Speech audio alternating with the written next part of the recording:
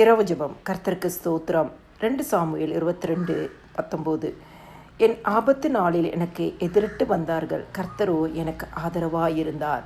எங்களை நேசிக்கிற நல்ல இயேசுவே, இந்த நாளிலும் ஆண்டவரே, ஒவ்வொரு நிமிஷமும் நீர் பாராட்டின உடைய கிருபைகளுக்காய், உடைய இரக்கங்களுக்காய், உடைய தயவுகளுக்காய், உடைய காருண்யங்களுக்காய், உடைய ஆசீர்வாதங்களுக்காய் உமக்கு நாங்கள் நன்றி செலுத்துகிறோம். இந்த நாளிலும் அறிந்தும் அறியாமலும் செய்த எந்த ஒரு பாவமாக இருந்தாலும் இன்னும் ஒரு விசை நீங்கள் உங்கள் ரத்தத்தினால கழுவி பரிசுத்தப்படுத்துங்கப்பா.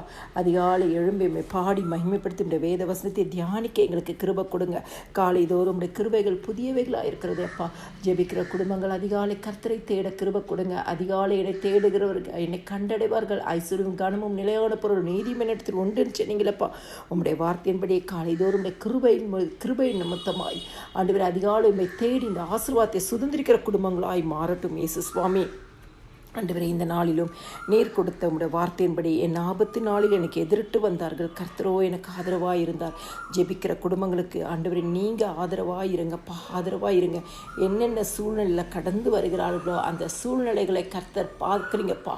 உம்முடைய கண்கள் கண்ட காரியங்கள், உம்முடைய கண்கள் பார்க்கின்ற காரியங்கள் எல்லாவற்றிலிருந்தும் ஆண்டவரை எதிரிட்டு இருக்கிற காரியங்கள், விசேஷமாய் ஜெபிக்கிற குடும்பங்கள் போராடி கொண்டிருக்கிற காரியங்கள் எல்லாவற்றிலிருந்தோ கர்த்தர் ஒரு விடுதலையை கொடுத்து அந்த சூழ்நிலையை மாற்றி அவர்களுக்கு ஆதரவாக இருங்கப்பா.